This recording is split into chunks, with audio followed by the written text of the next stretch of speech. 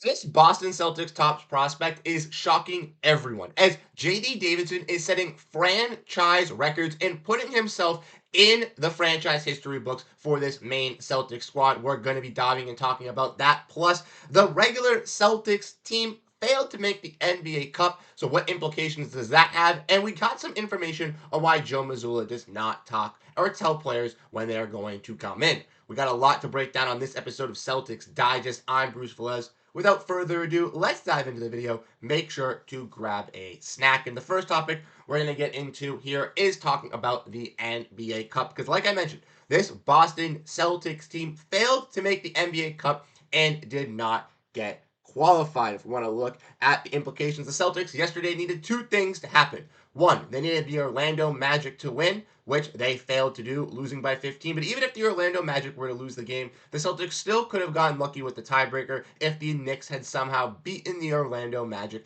by 38 points. Unluckily, there was a run with the Knicks where they looked like they could have done it, but the Magic did claw back, and it was unfortunate. The other tiebreaker for the Celtics was getting the Milwaukee Bucks and Detroit Pistons game. Either team had to win by 6 or more points. The Bucks did their end for the Celtics, but unfortunately, this Magic Knicks game kind of cursed us. If we want to look at the bracket for the playoff in this cup tournament, like I said, the Celtics are not here in the East. We have the Knicks, Hawks, Magic, and Bucks, so three teams that we're playing tonight, and the Hawks, the leader of the Celtics group. And losing that game versus Atlanta very much well could have costed the Boston Celtics, obviously, their opportunity. And it just goes to show you that one loss like that, even with a star player out, could just slim those chances away. But Celtics fans, I know we're not too frustrated because if we want to look at the NBA standings, we can see that we are second in the Eastern Conference. We recently just got Kristaps Porziņģis back, and Peyton Pritchard, and players like of him, Luke Cornett, Namus Kidda, and Sam Hauser have all stepped up in their roles as well, alongside the starters. So Celtics fans have nothing to worry about. Even missing out the NBA Cup, they will be a-okay. I saw some reports earlier from reporter Bobby Manning and linking the Celtics possibly playing two teams, the Pacers and the Wizards. As we all know, the NBA Cup will put two filler games in to obviously replace those playoff games that those teams are playing, as it is a regular season game. And since the Celtics have already played the Wizards and Pacers two times this season, it apparently is going to be them. So we'll have to look and see how that is going to affect this Celtics team and ultimately how they square up in those matchups. We also got some more, so let me know what you guys think down below in the comment section on that. And we got some more news talking about Joe Mazzulla as well, because like I mentioned, Joe Mazzulla has been putting some guys off the bench sporadically. We saw that with Jrue Peterson getting his action a couple days ago. And we made a video yesterday talking about how he's a hidden gem. So if you missed that, go check it out. But we got an article here courtesy of Gautam Vartar. I'm sorry if I mispronounced your name,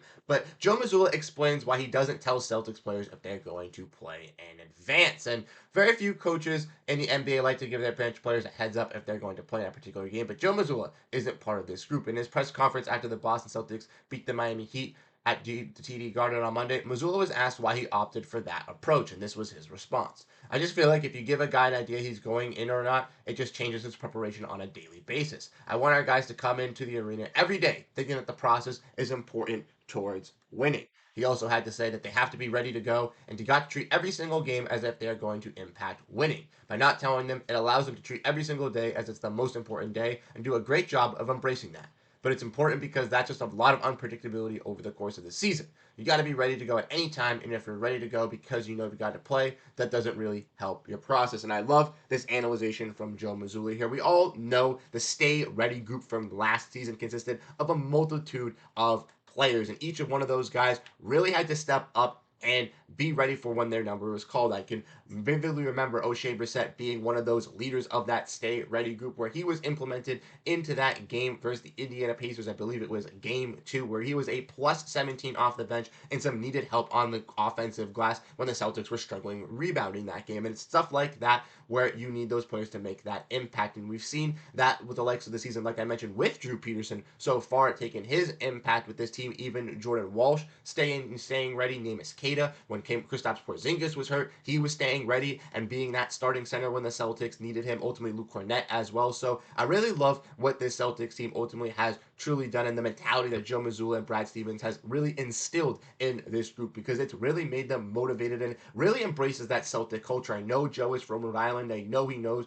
truly what it means to be a Celtic and what the history and the passion that it brings out for these fans, including myself and many others like you that watch these videos. But Joe Mazzulla has really instilled that into this organization, not just from the stars and Jayson Tatum and Jaylen Brown, but all the way to the end of the bench. And it's clear and it shows in when the Celtics give their production. So let me know what you guys think about that as well. But let's get into the meat and bones, talking about your boy J.D. Davison, because like I said, this is absolutely insane and what J.D. Davison has been doing for this Celtics team, as he has been absolutely electric for the Boston Celtics so far this season. And I really are not for the Maine Celtics, excuse me. And I'm really, really happy to see his production. If you guys have been following the channel, if you've been watching since the beginning, you guys have been noticing last season I've been talking about J.D. Davison, and he was a guy that I was looking at possibly moving up from a two-way spot to a regular converted spot last year. And unfortunately, with that guard room being so clogged, which we'll get into a little bit later in the video, it has been tough for J.D. Davison to emerge himself into this Celtics rotation. But as we've seen with J.D. Davison, as he's come through the NBA, he has gotten better and better every season, similar to the other guard in the Celtics rotation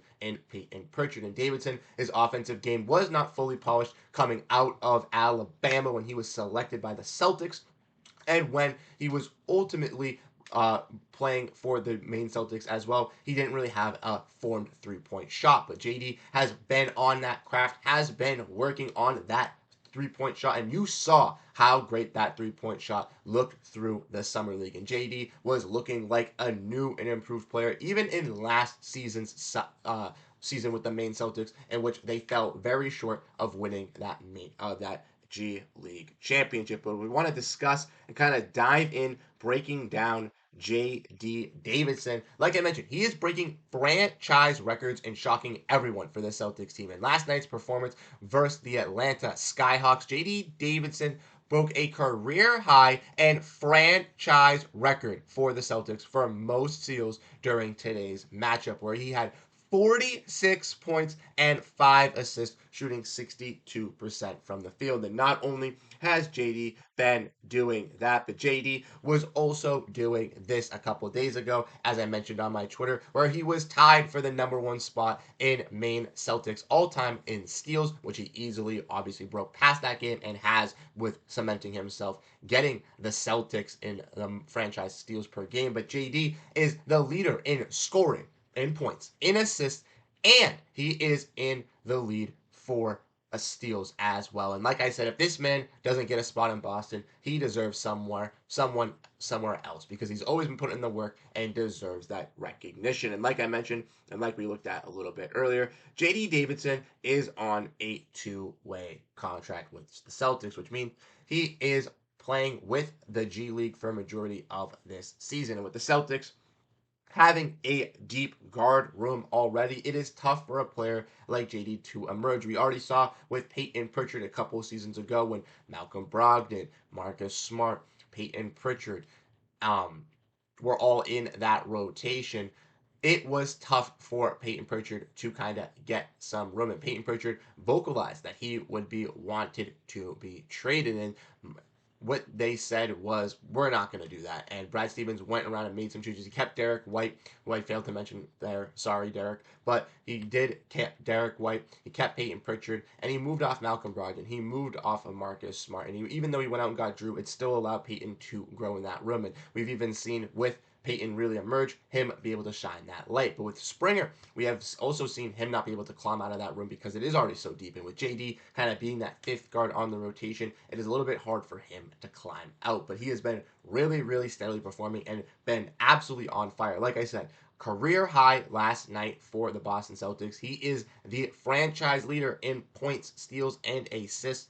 What do you guys think about J.D. Davison? Let me know in the comment section. And before we sign out, we're going to talk about JD Davison and the possibility of him getting a chance in Boston, which I've already kind of alluded to, already kind of hinted towards. And honestly, like I mentioned, with this tough guard room already being a stacked one, I think it's going to be a little bit difficult for JD to find a spot in Boston. But I truly believe that he is ready and is deserving of an NBA spot. And like I mentioned, I've been saying this since last season. We've seen players even like DJ Wagner, who were on the Celtics team or Maine Celtics team last year, translate from a regular G League contract to a two-way contract for playing on the Bulls Summer League. And I ultimately think for JD Davison, going away from the Maine Celtics and going to a team that could give him that opportunity, maybe a younger team, a team that has an opening in that guard rotation, could fully unlock JD Davison and bring the best potential. Now, that would be tough for the Celtics, obviously, to lose one of their top talented players. But like I mentioned, if they already have a clogged guard room without not even playing Jaden Springer and JD's on a two-way contract, it's going to be very difficult for JD to get converted and then even find a spot or role with this team. So if it is